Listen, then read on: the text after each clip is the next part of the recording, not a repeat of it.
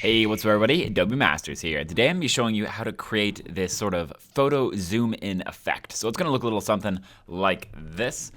Well, let me make that fit the screen here. It's going to look a little something like this. So this is kind of commonly used in basically anything that has to do with like journalism, or if they're spying on someone in a spy movie, you have this sort of effect where, they're looking at them, maybe they're taking pictures and they're zooming in or something. And so what we're just going to be doing is just creating this effect and making it look sort of like this in Premiere Pro only.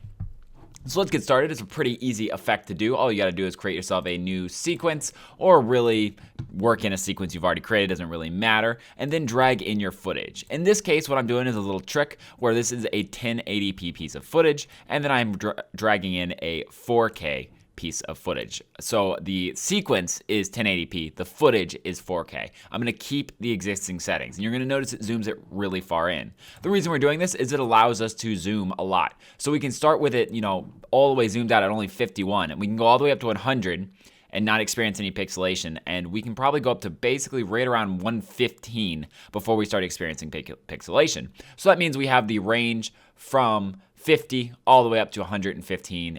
Whereas if I just use 1080p footage in a 1080p sequence, it would be, I could only go from about 100 to 115. So that's just something to keep in mind. If you don't mind the grain, sometimes it actually works with the effect, then that's perfectly fine. You can just zoom it in as far as you want whenever you do it. Just understand, farther you go, more grain you get.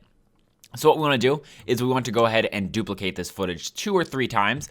4, 5, 6, doesn't really matter. It's just how many zoom ins you want. So I'm going to duplicate it 2 times for this tutorial. So if I hold down the Alt key, hold the Alt, drag up, it'll copy, do it again, it'll copy it again, and I can even do it into the empty space up here, and it'll create a track for me. So I'm going to go ahead and just delete it. We're just going to work with 3 here. So what we're going to do on the top piece of footage is we are going to set the base scale, and in this situation it's going to be 58. Let's position it where we want to, right about there.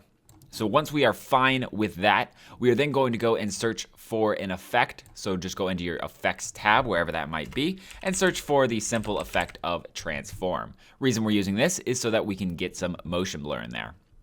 We're going to go down here, we're going to undo the use composition shutter angle, and we're just going to put this up to maybe about 90. And we're going to keep this consistent throughout the other pieces of footage as well. We're then going to toggle this position marker on, and we're going to move it up. So we're going to keep it right where we are right here. So let's give some leeway, we'll be right about there. And let's start it with some leeway so it doesn't begin immediately. So let's maybe go in 20 frames. We'll start the effect here. So we're going to toggle the animation, go forward maybe about 4 keyframes, and then we're just going to move it up until it's right off of the camera, which is right about here. So right about at negative 1100. And then now that we have used shutter angle off, and we've set our shutter angle, you'll see that we have a little bit of motion blur in there as well. Next thing we need to do is we need to go to the footage beneath it. We need to zoom that footage in. So we're going to zoom this into maybe not 103. Let's go third of the way. So we are at 50. Let's go maybe 86 on this one. And let's just drag it so that it fits how we want it to. Like so. If you want to make it look a little bit better, try not to adjust one of the angles here. So in this situation, I'm trying not to adjust the X back and forth. It'll give sort of a something to be rooted in, where it'll look like it's zooming in instead of the footage just keeps sort of moving around. And so now that we have this going, we have this sort of zoom in effect working fine. We're going to do the exact same thing again. So we have this go in, and then let's find a sort of a natural point where we want it to do it again, maybe right there. And then we're going to go ahead and we're going to cut the top piece of footage off. No need to sort of render that anymore. So I'm just going to cut it right there and then just delete the back half. And now what we need to do is the exact same thing we did in the other one. So what we can do is we can actually hit Control-C on this transform, click the next one, and click Control-V. It'll just save you a couple of steps, or you can just drag this in and reset the settings. So what I'm going to do is just drag these keyframes and just move it to this position right here. And it'll do the exact same thing as it did before. Now, with the new scale, this might be a little inaccurate, so we need to check this. So 1, 2, 3, 4. Let's jump to the beginning to make sure we're at the beginning. 1, 2, 3, 4. Nope, that's exactly the same. So we are fine here. We don't have to reset those. Our position keys are fine, and then our composition still has that sort of shutter going on it. And then what we can do is right when it's gone, we can cut this piece of footage out as well. Go to the bottom one and do the exact same thing where we zoom it in.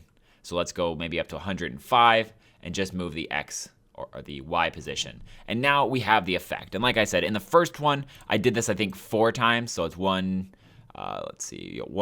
2, 3 times. So in this one, I just did it 2 times. More you do it, the little bit longer it takes, but it works. And you can also, what I did in the other one is I thought that black and white looked a little bit better, so I went into the effects and then searched for black and white, which I believe is, if you just search black, it's got a slightly different name than you might expect. Yes, the ampersand sign. So you have to use black, ampersand, white. You can just drag these onto all 3 of these pieces of footage. Gives it a little bit more of a dramatic sort of feel to it. And you have your effect right here. And that is how you create the shutter effect in Adobe Premiere Pro. Makes it look like a camera is zooming in, or even like you're taking pictures and then zooming in. Fun effect to do, pretty simple. And that is basically it. Thanks everyone for joining me. If you have any questions or comments, go ahead and throw them in the comment section below on our website at adobemasters.net. If you want to see more videos similar to this one, go ahead and hit that subscribe button. I make a video every other day on Adobe related products. And until next time, guys, see ya.